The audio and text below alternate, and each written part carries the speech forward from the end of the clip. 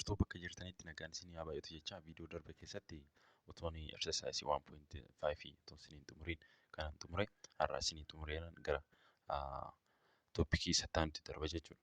Kan irratti kanan dhaabee ture gaaffii sadaffaa kana B jala kan jiran irratti kanan dhaabe B kana irratti kanan dhaabee ture jechuudha. Isarraatti kan gaaffii sadaffaanis maal jedhaa? Relationshipii tuutota lamaan kana gidduu jiran tuutota lamaan tarreeffaman kana isaan kana jalatti tuuta mallattoo kana fayyadamiiti isaan ibsii jedha. Innis maal jedhaa? Siin x that x is natural number below 10 jedha.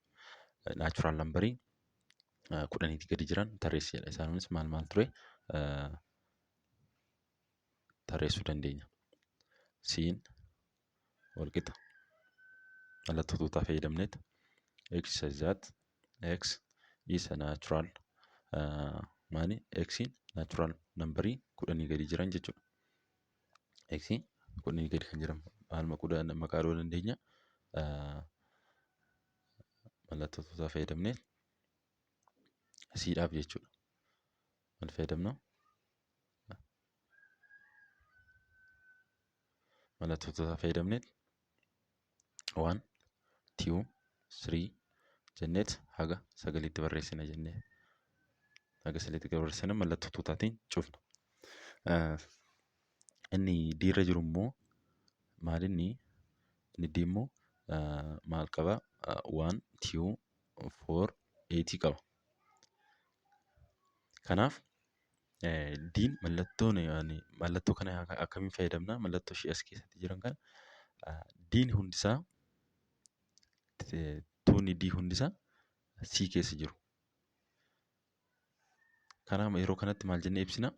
As keessatti subseetii fayyadamna moo proper subseetii fayyadamna moo not proper subseetii fayyadamna moo not subseetii fayyadamna? As keessaa isaan kan fayyadamuu dandeenya. Maal jechuu dandeenya? Siin not subset of D jenna. Maaliifii? Siin elementiidhaan waan caaluuf jechuudha. Elementiidhaan waan caaluuf. Maaliif? Amma fakkeenyaaf tokkoo kaasee haga 10tti 9tti jira. Haga 10tti miti haga 9tti jira. Haga 9 kana keessaa fakkeenyaaf 6 yoo fudhanne 6 as keessaa fudhanne 6 akkasumallee 3 6 6 3 yoo fudhanne achi keessa hin jiru. Maal keessa? Daa keessa hin jiru. Kanaafuu cita tuuta isaa ta'uu hin danda'u 3 fi 6. Garuu immoo daan cita tuuta caa ta'uu danda'a. Daan cita tuuta daa ta'uu danda'a. Kanaafuu akkamiin ibsuu dandeenya? Caan cita tuutaa daa miti jechuu dandeenya. Jennaa jechuudha kana. Caan cita tuuta daa miti jenneet lafa keenya. Akkasumallee maal jennaa? Kabroollee fayyadamuu dandeenya jechuudha. Siin proper subset of not proper subset of D jechuus dandeenya. Maaliifii? Proper subset kan jennu akka definition isaa irratti dura isinii ibsetti viidiyoo darbe keessatti isinii ibsetti A fi B'n walqixa ta'aniiti A'n cita tuuta baa ta'uu qabaadha. Cita tuuta baa ta'uu qaba. Kana jechuudha. Aan cita tuuta baa ta'ee A fi B walqixa miti taanaan proper subsetii jennaan. A proper subset of B jennaan. Kanaafuu lakkoofsi kun walqixa miti waan ta'eef sanan taane taanaanis nootti jennaa jedha. Kanaafuu kana fayyadamuu dandeenya. Siin no proper subset of not proper subset cita tuuta osoo hin taane cita tuutaan fayyadamu. Siin proper not proper subset of D jenna. Kanaan ibsuu dandeenya. Biirras jiru kana jechuudha.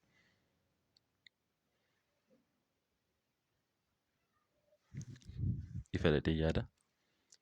Yoo kan ifa isiniin taane ta'e immoo ol deebi'eetan waa'ee proper subsetii lafa isinii ka'a. Kunoo as kaa'ee jira. Maal jechuu dandeenya? Kun asii lafa kaa'eera. If A subset of B and A not A fi B immoo wal qixa miti jechuudha.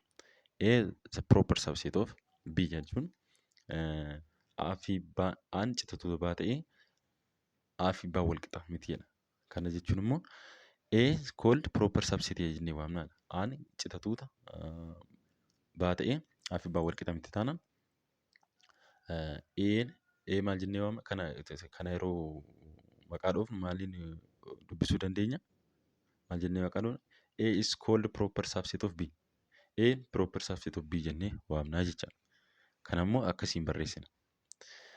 Asitti fakkeenya kunoo kaasee jira. As keessatti jira. Kunoo ni jira. A proper subset maala? Aan citatuuta baata as keessaa. Kana keessaa ba'ee jira. Garuu immoo A fi B wal qixa miti. Kana jechuun immoo wal qixa miti jechuun immoo proper subset jechuu dandeenya. Akkasumallee not B'n not proper subset jechuu dandeenya. B'n not proper subset of garagalchine yeroo ilaallu jechuudha. Asitti immoo kun ishii kana irratti jechuudha. Ishii kana irratti A'n proper subset of B jennee erga akkas ta'ee akkasuma immoo maal jechuu dandeenya? B'n not proper subset of A jennaadha. Akkas jechuudha. B irra kan jiru. Inni taan immoo C'dha. C ilaalla waliin. Tuunni E maal qabatee jira? Tokko lama qabatee jira. Tuunni F immoo X such that 0 less than X less than 3 jedhee jira. Kana jechuun lakkoofsa tokkoo fi sadi gidduu jiran maal fa'i? 0 fi 3 gidduu jiran lakkoofsa 0 fi 3 gidduu jiran jechuudha. Kana jechuun immoo 0 fi 3 gidduu hin jiran otoo 3 fi 0 otoo hin dabalatiin eenyu fa'i? Tokko lamaa jechuudha. Tokkoo fi lamaa jechuudha. Mallattoo fayyadamnee jechuudha. Kana jechuun as keessatti tokkoo fi lama jira jechuudha. Kanaafuu sabseetii ta'uu danda'a. Maaliif? Sabseetii hin jenne maaliif? Mataa isaatiif deebi'ee tuunni citatuutaa ta'uu danda'a. Matuma isaatiif deebi'ee citatuutaa ta'uu danda'a. Kanaafuu E subset of F jennee bira dabarra. Arfaan immoo list all the subset of A. List all the subset of A. Subseetii A. Subseetii yeroo barbaannu maal jenna inneerra? Subseetiin to the power of n jenneerra. Kanaafuu maal nu gaafate? How many subset of does it have? Subseetii hamba hagam qabaa jedha tuunni kun. Inni kun maal bakka buufnaa? Elementii tuuta sana keessa jiranii jechuudha. Elementii tuuta sana keessa jiraniiti. Elementii tuuta E kana keessa jiru meeqadha? Tokko, sadii, shan. Meeqadha? Elementii meeqa qaba? Sadi qaba jechuudha. Innis maalni? Tokko qaba. Lammaffaan sadidha. Sadaffaan immoo shanidha. Kanaafuu sadi waan qabuuf maal jechuu dandeenya? Inni isaa maal bakka buufna? Sadi bakka buufna. Kanaafuu to the power of 3 equal to 8 jechuudha. Kana jechuun 2 times 2 jechuudha.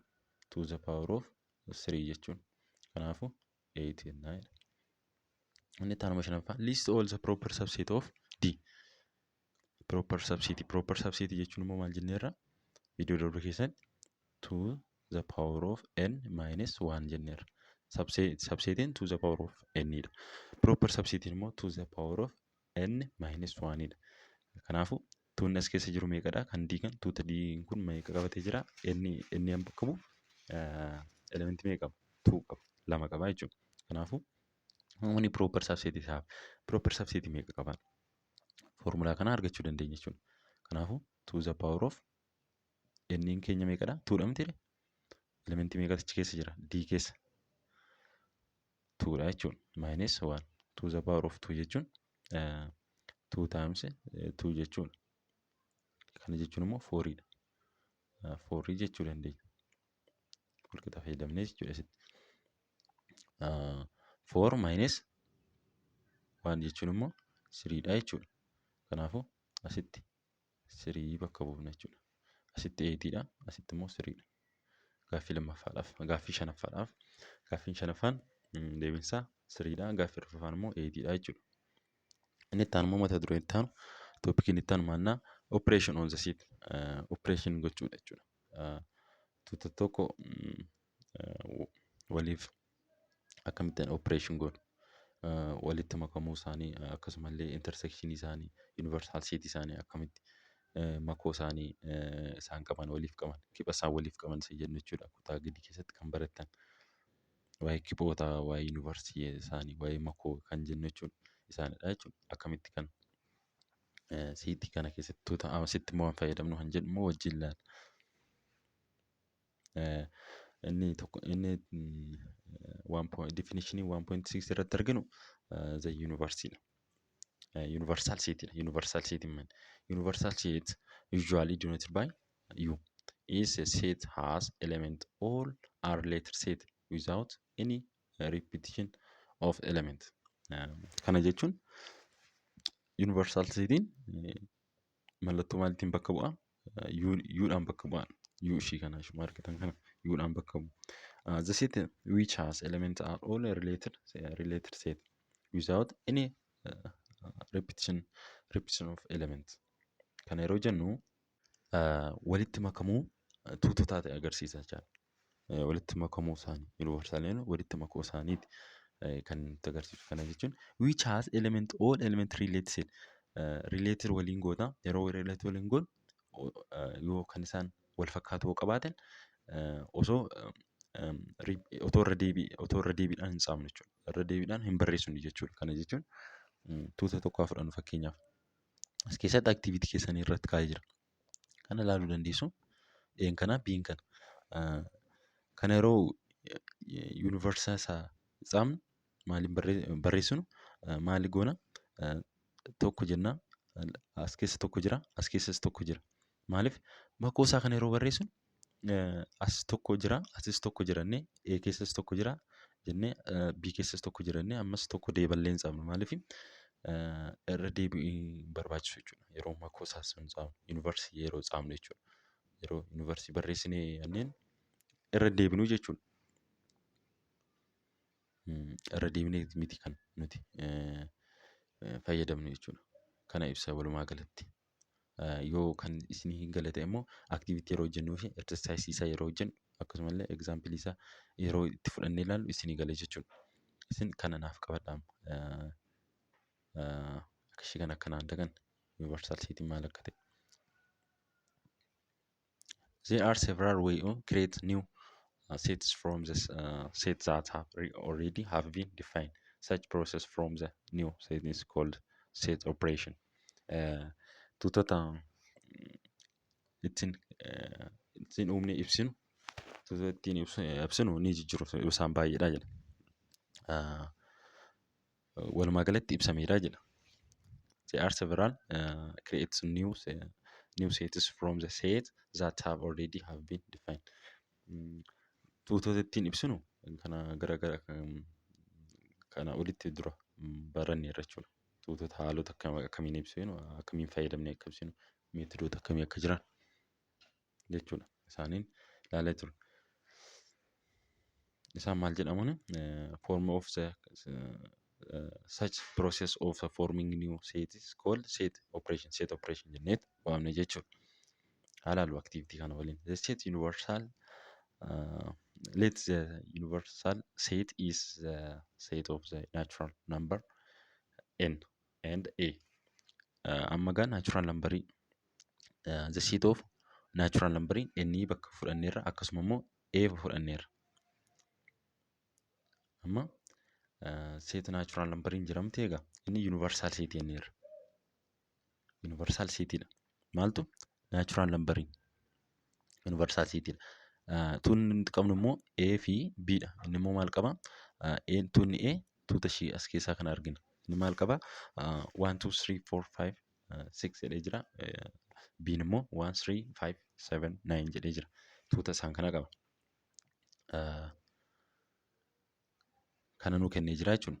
Amma yeroo itti deemnu gara gaaffii isaatti.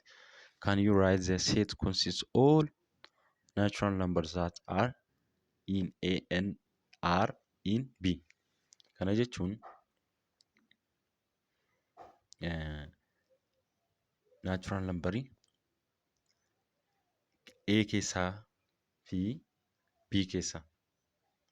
Natural numberii tuuta A keessaa fi B kana keessaa jechuudha. Waliin ilaala asumas. A keessaa fi B keessatti argaman kamidha? Waliin ilaalla. Tokko ni jira asii, asis jira. Tokko haa barreessinu. 2 jira asii, as keessa hin jiru. Inni ifaa jechuudha.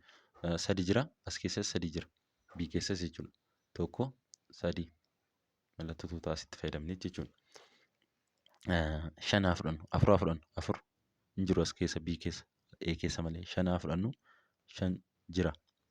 A keessas B keessas 5. Inni taan immoo 6 haa fudhannu. 6 as keessa jira. A keessa jira. B keessa hin jiru. Kanaafuu kana isaan waliin qaban. The number in A are in B. Kana jechuun A keessas B keessas kan jiran jechuudha. Kana jechuun maal jennee ibsuu dandeenya? Intersection jechuun ibsuu. Waan isaan waliin qaban.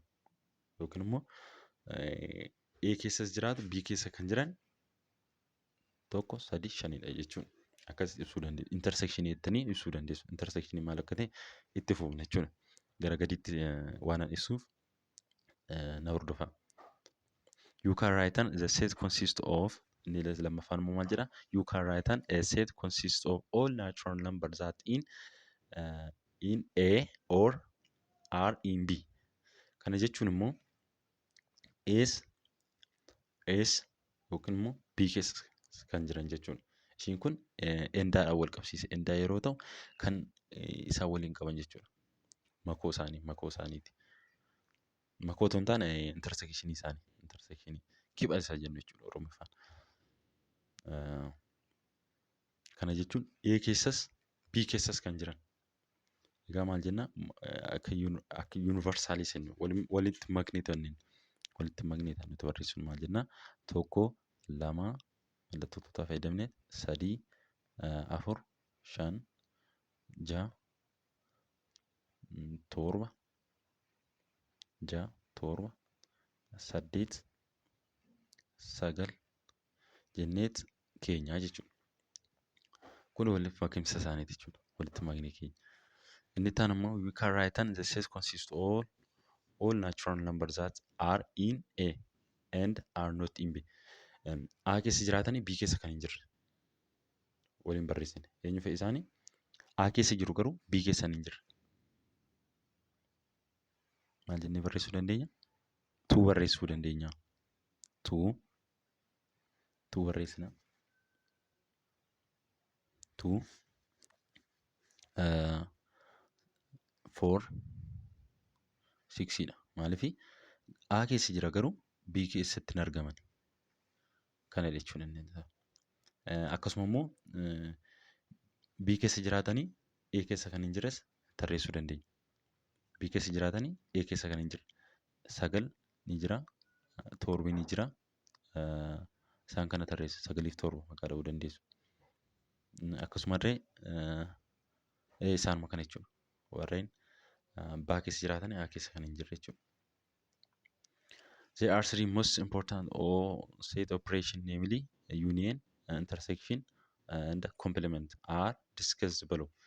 Egaa opereeshinii gochuudhaaf opereeshinii seetii kana wanni jechuudha. Kan barbaachisan eenyu fedha? Baay'ee barbaachisaa ta'an kan akka yuuniyeenii, intersekshinii fi kompilimentii. Kompilimentii warreen jedhan kana isaan kana sadan kana barbaachisoodha jechuudha opereeshinii seetii keessatti. Isaanis wajjumaan ilaalla. Definition 1.7 maal jedha? Waa'ee yuuniyeniitiin inni ibsu. Innis maal jedha? The union of two sets A and B which denoted by A union B is the set of elements that either in A or in set B jedha. Kana jechuun or both setedha. Kana jechuun walitti makaminsa tuutota suniiti jechuudha. Anaa fi kan baa. union inneet kan nuti dhoofnu. Mathematically yeroo barreessinu akkamiin barreessina? We write this mathematically as A union B such that equal to inneet mallattoo fayyadamee such that innee ishee as keessaa kana barreessitu jechuudha. Ishii kana barreessitu. Ishii kana maal jechuudha? Xiin x such that x elementii A keessaa or elementii xiin elementii B keessaati jechuudha. Kana jechuun dura akkuma isinitti hime kana walitti maknee ilaalla. Walitti maknee yeroo barreessinetti elementii A keessas jira, B keessas jira jechuudha. Kana nu ibsa. Union yeroo ibsinu mathematically kanaan barreessinaa jechuudha. Ishii kanaan nuti barreessinu. A union B jechuudha. Union B kanaan ibsuu dandeenya. Inni taan immoo definition 1.18 waa intersectioniiti. Intersection immoo maal jedhaa? The intersection of two set A and B denoted by A intersection B is the set of all elements that are in set A and in set B. We are writing this mathematically as intersection akkamiin barreessina? Bifa kanaan barreessina jechuudha. Bifa kanaan barreessina jechuudha. Bifa ishii kanaan barreessina. Mathematically yeroo barreessinu. Kana jechuun kiba isaa waliif qaban. Kiba isaa waliif qaban jechuudha. Fakkeenyaaf yoon isinii fudhadhee ilaalu tuuta tokko haa fudhannu. Tuuta kana haa fudhannu, asittis tuuta haa fudhannu. Kanaaf A jedha. Kanaaf B jedha. As keessa 1, 2, 3 A, B jedhee jira. A, B jedhee jira. As keessa immoo A, B, 4, 5 jedhee jira asitti. Intersectioniin tuuta A fi B maal ta'a? Intersectioniin isaanii maal ta'a? A fi B dha jechuudha. Intersectionii A fi B jechuudha. Akkasumallee intersection BA jechuun yookiin immoo intersection AB jechuun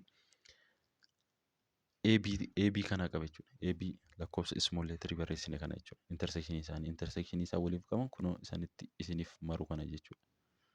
Isa kana jechuudha. Intersection isaanii. Isa kana fudhachuu dandeessu intersection isaanii. Ittiin isinii mara.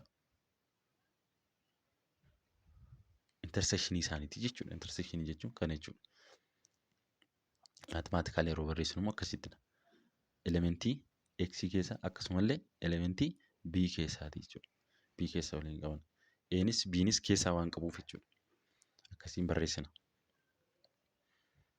Note kana immoo waliin ilaalla. Two sets A and B are disjoint sets if A intersection B empty set. A intersection B equal to empty set yoo ta'e. Kana jechuun immoo akkuma amma fakkeenya isinii fudhadhe fakkeenya fudhanneet haa ibsinu. Een kana B'n immoo kana haa fudhannu. Maaliif waa A, B, C asitti immoo D, E. Kana jechuun intersection waliin qabu waliin hin qaban. Maaliif waan koomaan isaa waliin qaban hin jiran kan jechuun wanti isaan wal fakkaatan hin jiran tuutonni kun. Otoo as keessa siin jiraate B kana keessa siin jiraate intersectionii maalirratti waliin qabu C irratti waliin qabu jenna. Garuu kun hin qabu waan ta'eef hin qabu taanaan intersectionii waliin hin qabu taanaan intersectionii achi keessaa empty set jenna jechuudha. Intersectionii empty set ta'e jennaan amma A fi B'n kun intersectionii isaanii empty set ta'eera. Kanaafuu tuunni sun waliif maal ta'u? A fi B'n amma tuunni kun waliif maal ta'u? A fi B'n amma waliif maal ta'u? A fi B'n disjointii waliif ta'an jechuudha. Disjointii waliif ta'an jechuun intersectionii waliin hin qabanii jechuudha. Intersectionii isaanii tuuta duwwaa ta'e jennaan immoo disjointii ta'ee jechuudha. Disjointii jechuun kana jechuudha. Example kana ilaalla. Let A. Een yeroo kana fudhannu A maal tuuta maal qaba? 0, 1, 3, 5, 7. B'n immoo 1, 2, 3, 4, 6, 7 kan inni qabu. Amma maal goona? Wanni isaa barbaadi jedha. Union isaa. A union B. Akkasumallee A intersection B. A union B yeroo barreessinu walitti magneetan nuti barreessinu. Akkuma isaati jechuudha. Waliin magneet barreessina. Yeroo kanatti maal ta'a? A union B jechuun maal ta'a? 0, 1 waliin magnaa jechuudha isaan kana hunda isaa. Garuu elementii isaan irra deebiidhaan miti kan nuti barreessinu. Fakkeenyaaf as keessa waan yoo jiraate as keessas jira taanaan lamaansaa irra deebiidhaan hin barreessinu. Maaliif? Kan isa kanaaf hin dhaabataa jechuudha. Tokko ta'ee dhaabata. Yeroo yuuniyeenii sana walitti barreessinu yuuniyeenii yeroo walitti magnee barreessinu tokko fayyadamna jechuudha. Achi keessaa isa tokko fayyadamnee kan nuti barreessinu. Kanaafuu 1 2 0 1 2 3 4 5 6 7 jenneet barreessinaa jechuudha. Maal isaa? A union B jechuudha. Tuuta ishii kana keessatti. Tuuta ishii kana keessatti jechuudha. A union B dha. Inni itti aanu immoo maal barbaada jedha? A intersection B dha. A intersection B immoo kiba isaa waliin qaban yookiin immoo intersection isaa waliin qaban maallaa? Anis itti isaan wal fakkaatan jechuudha. Fakkeenyaaf waanii fudhachuu dandeessu. Waaniin as keessa jira, as keessa jira. 2 hin jiru, B keessa hin jiru.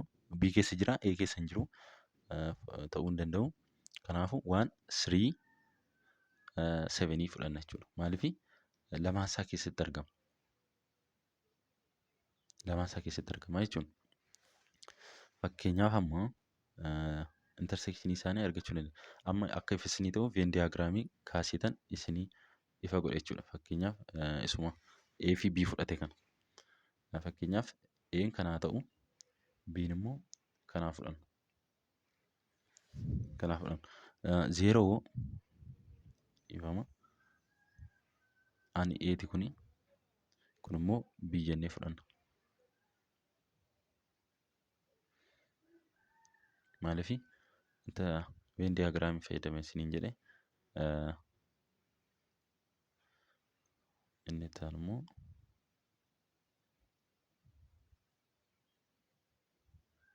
Venn diagraamii fayyadame isiniin jedhee ture. Isa kanaaf B yaa jennu. Isa kana immoo A yaa jennu. Tuuta isa kana. Sana booda tuuta as keessa jiran barreessina. Tuutni as keessa jiru an A irratti barreessina gama. A isa kanaaf 0 qaba. 0 qaba. 1 qaba. 1 0 qaba. 1 qaba. 3 5 7 kan A'ti. A keessatti argama gama. A keessatti argama. A keessatti argama. 7 jennee barreessina. Kan A barreessinee xumurre jechuudha. Kan A barreessinee xumurre. Kan B immoo maal jennee barreessina? 1 kan B 1 kun waan barraa'ee jira B keessatti jechuudha. Kan 2 immoo 2 3 3 barraa'ee jira. 4 6 7 7 as keessatti 7 barreesse. 7 barraa'ee jira jechuudha. Amma gaa intersekshinii waliin qabu. Intersekshinii yeroo kan A maqaa dhoofnu A'n kun isa kanadha jennee jira. Tuuta ishii kana akkasitti qabatee jira. Yeroo A maqaa dhoofnu 0 1 3 5 7 dha. Kun as keessa hin jiru. 0 hin jira sirriidha. 1 hin jira sirriidha. 5 fi 7 akkasumallee 3 hin jira. Intersekshinii waliin qabu jechuudha. Kun intersekshinii isaanii. A keessattis B keessattis kan argamu jechuudha. Venn diagraamii yeroo fayyadamu akkasiin fayyadamna. A keessas B keessas kan argaman. Kanadha jechuudha. Intersekshinii walumaa galatti. Example lammaffaa haa fayyadamnu. Example lammaffaa. Example lammaffaan maal jedhaa? Let A be the set of positive even integer and B be the set of positive multiply of 3. Kana jechuun then find A union B and A intersection B. Kan multiply sadii fi positive even integeriiti. Makoo isaaniiti gaa. Akkasumallee intersectionii isaanii barbaadii jedha. Kan tuutota kana. Kan irraa maalidhaa? Positive even integeriidha. Kan B irraa immoo the set of positive multiply of 3 barbaadii. Union isaa yeroo barreessinu positive integerii either even or multiply of 3 dha. Makoo isaanii barreessina jechuudha. Walitti makoo isaanii maaliif positive even integerii. Positive even integerii yoo jennu kan akka maalirraa ka'a? 2 irraa ka'a. Positive even integerii waan nuun jedhee 2 irraa ka'aniin barreessina jechuudha. Even waan nuun jedheef akkasumallee isa kanas positive multiply of 2 kan jedhus inni immoo maalirraa ka'a? Multiply 3 irraa kan ka'u multiply 2 3 jennee kaana 3 inni ramaa fi multiply isaati 6 multiply of 3 jechuudha. Kanaaf multiply isaanii achi irraa kaaniiti makoo isaanii yeroo barreessinu kan arganna. Multiply of 3 immoo maalirraa ka'a? 6 irraa ka'a.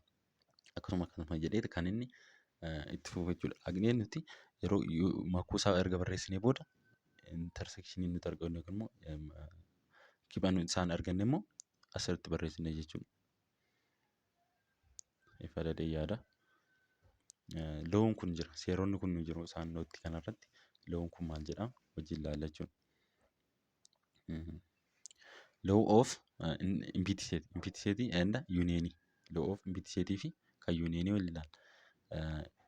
Empty set intersection of A jechuun wal qixa maaliiti? Empty set yookiin immoo union intersection A equal to A dha. Seera isaa jedha kana.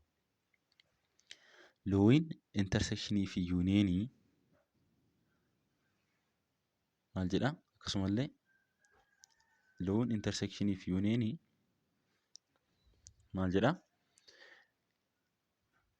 Empty set intersection otoo hin taane dhiifama. Empty set jechuudha. Looyin empty setii fi unionii maal jedhaa? Empty set intersection A wal qixa maalii ta'a? Intersection empty set yookiin immoo union intersection A wal qixa A ta'a deebi'ee. Maaliif wanni isaanii intersectionii isaanii empty set waan ta'eef deebi'eetuma matuma isaa ta'a jechuudha. Kana example isaa yeroo fudhannee ilaallu ifa isinii ta'a jechuudha. Inni tokkoffaa kun yoo kan isinii hin galle ta'e jechuudha. Akka ifa isinitti ta'uuf example fudhadheetan seeraan gara gadii ni jira waan ta'eef seeraan isinii ibsa. Waa'ee low empty setii fi unionii isaanii jechuudha. Waliin isaan qaban. Akka low isaanii jechuudha. Itti fufna. Commutative low'n immoo maal jedhaa? Commutative low'n A intersection B'n wal qixa B intersection A jechuudha. Kana botaa wal jijjiirtanii botaa wal jijjiire malee kibni isaanii tokkuma jechuudha. Kibba isaan waliif qaban. Associative low'n immoo maal jedhaa? Mallattoo cuftuuti. Cuftuu asitti fayyadame malee wanti adda isa godhe hin jiru. Wal qixadha jechuudha. Mallattoo isaa asitti cuftuu fi hammattuu asitti fayyadame as cehee fayyadame jechuudha. Asitti gateet asitti darbee fayyadame jechuudha. Ifadha inni kun. Egaa har'aaf viidiyoo inni qabadhee dhufe kana fakkaata. Viidiyoo itti aanutti definishinii 1.9 dhaan dhufa. Waa'ee differensii jechuudha. Differensii qabadhee isinidha. Yaada babal'aa kanaan kaasu ta'a jechuudha viidiyoo isa dhufu keessatti. Akkasumallee yaadota as keessatti isiniin galle keessa deebii isiniif fiduu nan danda'a jechuudha. Viidiyoo har'aan kaaf qabadhe kanuma irratti xumura. Viidiyoo isaa itti aanu takka walitti deebi'utti nagaan naa turaa isiniin jedha.